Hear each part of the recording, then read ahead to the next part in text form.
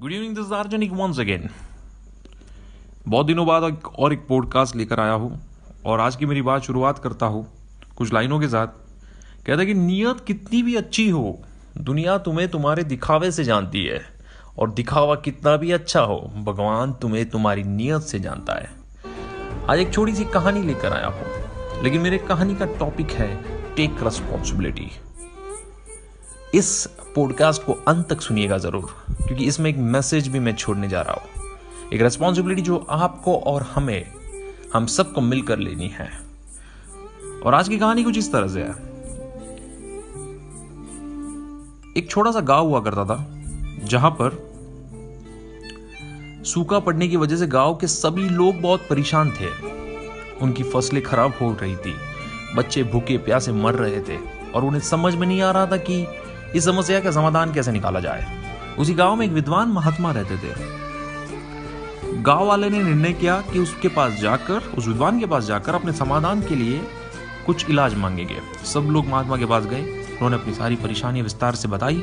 महात्मा ने कहा कि आप सब मुझे 1 हफ्ते का समय दीजिए, मैं आपको कुछ समाधान ढूंढ कर बताता हूं। गांव वाला ने कहा कि ठीक है। महात्मा के पास से चले गए। 1 हफ्ते के बाद जब वो महात्मा कोई भी हल ढूंढ नहीं पाए, तब उन गांव वालों से कहा कि अब तो आपके पास एक ही ऑप्शन बचा है कि आप भगवान से प्रार्थना कीजिए, शायद वही आपकी कोई मदद कर दे। तो गांव वालों ने उनकी बात सुनी और उन्होंने भगवान की पूजा करनी शुरू कर दी। और उनकी प्रार्थना भगवान ने सुन ली। भगवान ने उनके पास एक दूत भेजा। दूत यानी एक संदेश के रूप में एक किसी व्यक्ति को पूजा, जैसे कि देव देवता होते थे वैसे उसी तरह। तो और वो दूत उनके पास गए, गांव वालों के पास गए, और उन्होंने कहा कि आप गांव के बाहर एक कुआं है, आज रात को सभी जितने भी गांव के लोग हैं ना, उस कुएं में जाकर 1 लोटा दूध डाल दीजिए, दूध मिल्क। और कोई भी उस दूध डालते वक्त उस कुएं की तरफ नहीं देखेगा, सिर्फ आप दूध अंदर डाल दीजिए और वहां से निकल जाइए। तो सबने सोचा कि ठीक है, अच्छी बात है, अगर ये करने से अगर बारिश हो जाएगी, सूखा निकल जाएगा तो बहुत अच्छा हो जाएगा पूरे गाँव के लिए। और सबने वही किया। सब लोग वहां पर दूध लेकर जाने वाले थे, लेकिन गांव में एक कंजूस व्यक्ति था। उसने सोचा कि पूरे गांव वाले उस कुएं में दूध डालने वाले हैं, तो मेरे एक लोटा दूध नहीं डालने से क्या फर्क पड़ने वाला है। मैं 1 लोटा पानी डाल देता हूं, किसे पता चलेगा, क्या फर्क पड़ेगा। तो वही किया। तो उस व्यक्ति ने जाकर, उस कंजूस व्यक्ति ने 1 लोटा पानी डाल दिया। अगले दिन सब गांव वाले इंतजार कर रहे थे बारिश का। बारिश नहीं हुई, तो उन्होंने जाके उस कुएं की तरफ देखा कि कुएं में आखिर क्या है। तो वहां पर जाकर देखा तो कुएं में सिर्फ पानी था। जिस तरीके से उस कंजूस व्यक्ति ने सोचा था कि मेरे 1 लोटा पानी डालने से क्या फर्क पड़ने वाला है, वही सोच सभी गांव वालों ने रखी। कहने का मतलब सिंपल है।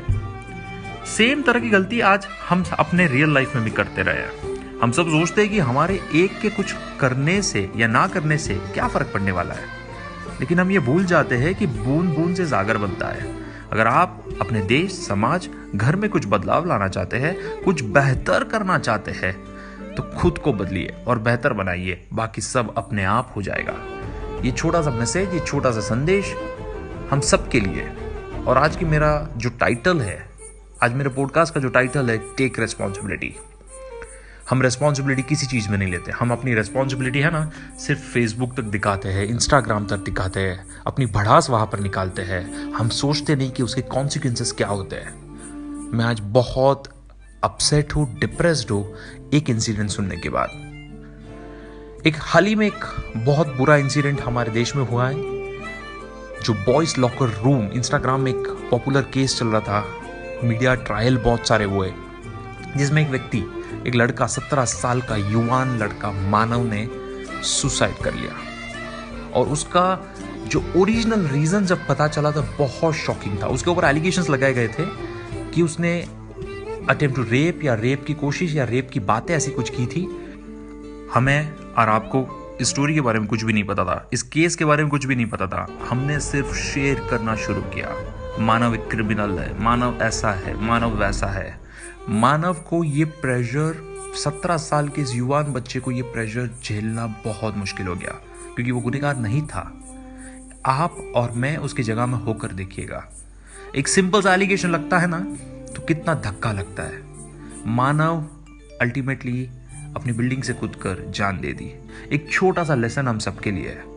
एक रेस्पॉन्सिबिलिटी लो, एक सोशल रिस्पॉन्सिबिलिटी लो। जब भी आप शेयर करते हो व्हाट्सएप, फेसबुक, इंस्टाग्राम, किसी भी प्लेटफॉर्म पे सोच समझ कर कीजिएगा।